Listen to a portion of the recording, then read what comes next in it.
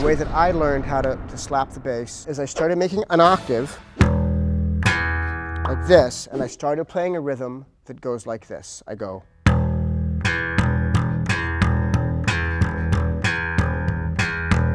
And eventually you get faster and faster, and you're.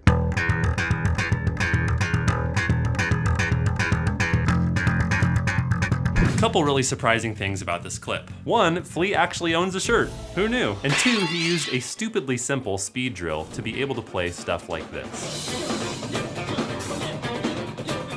We're gonna deep dive on this drill so you can learn to slap way faster and more accurately. See how this pattern is Flea's secret sauce for tons of Chili Pepper songs.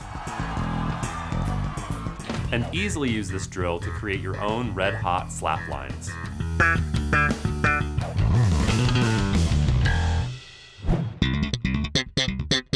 First of all, to nail this drill, you need solid slap and pop technique. Take it away, Flea. This is a technique that is done several different ways, and I have a way that I do it. My Flea way is you strike a low string with your thumb, with the bone that's in the middle of your thumb right here. And the second half of this technique is the pulling up.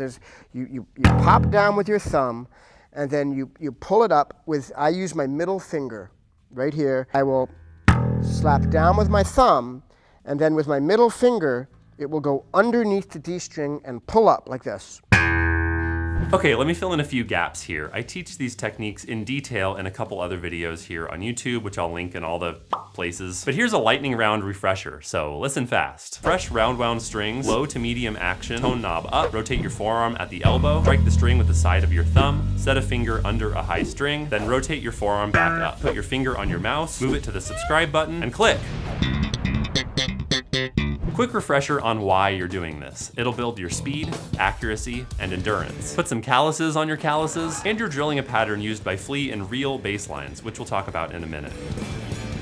So this drill is a 2-bar pattern, and the order of slaps and pops is actually very simple. If you ignore the first note, you can see this is just a repeating pattern of pop, thumb, thumb, pop, thumb, thumb, pop, thumb, thumb, etc. And then the end of the pattern is pop, thumb, but then the final thumb is the start of the next 2 bars. So it's really just one pattern over and over, pop, thumb, thumb. And all the notes are octaves, meaning the higher sounding repeat of the same note name. And you can always find an octave by going up 2 strings and up 2 frets like this, or the other direction, down 2 strings and down 2 frets. So you play through that twice, starting on the open E with the octave E, like this.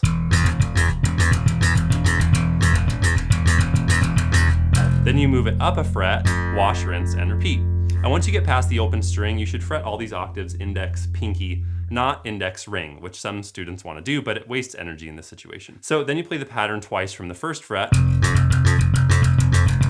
Again.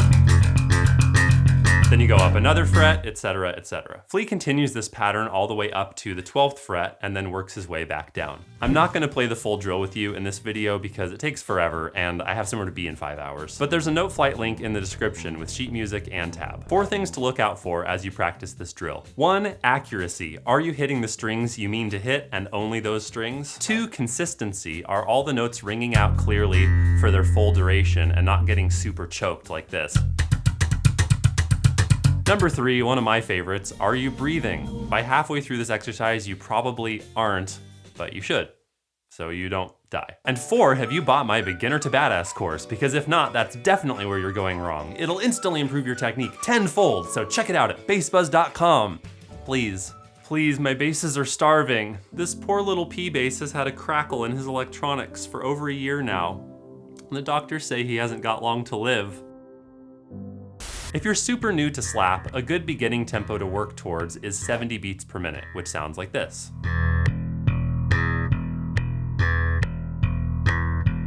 Then as you gradually work up in small increments of 2 or 3 BPM at a time, you can set your sights on a more intermediate target, like 140 BPM.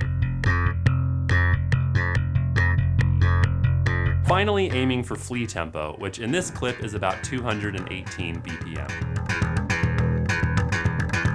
And if you can go faster than that, you get to replace Flea in the Chili Peppers.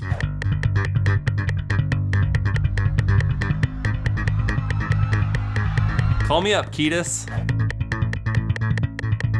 Like I said, this isn't just an arbitrary practice pattern. You can find it in lots of real Flea bass lines, some of which I cover in my 7 Reasons Flea is Awesome video here on YouTube. Like the one he plays here at the end of this drill.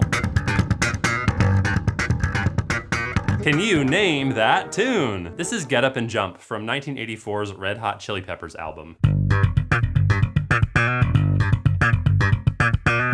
So if you ignore the notes and just look at the thumb pop pattern, it's almost exactly what you just learned, minus the little hammer-on at the end of the line. There are also lots of Flea lines where he uses this pop thumb thumb pattern, but starting on the thumb instead of the pops, so it's thumb thumb pop. You can hear that in Dark Necessities, and also in the Chili Peppers cover of Higher Ground.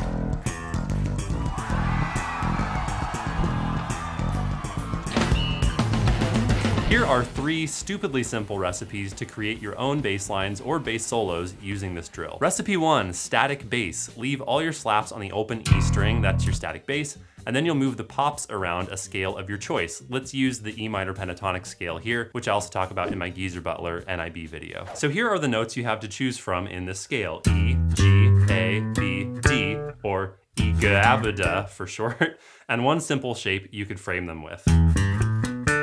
Now just play the drill, same rhythm from before, but randomly pick scale notes for your pops and leave all the slaps on the open E string. Here's one way that could sound.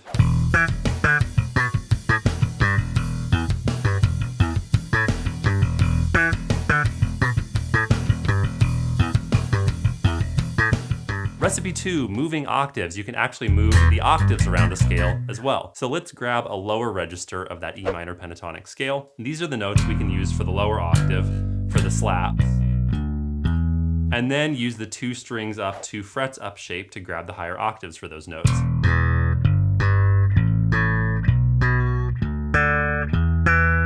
And again, using the same rhythm, same pattern, you could come up with something like this.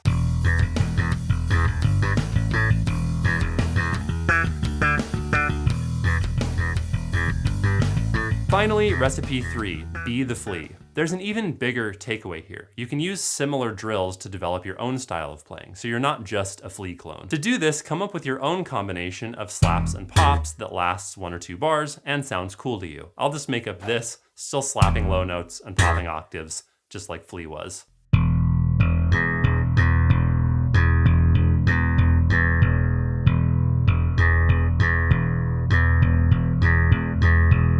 Move it around the bass, and drill up your speed.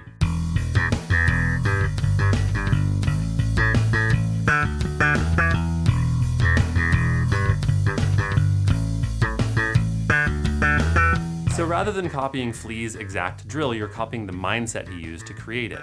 That gives you the power to create your own speed drills and slap lines that are unique to you.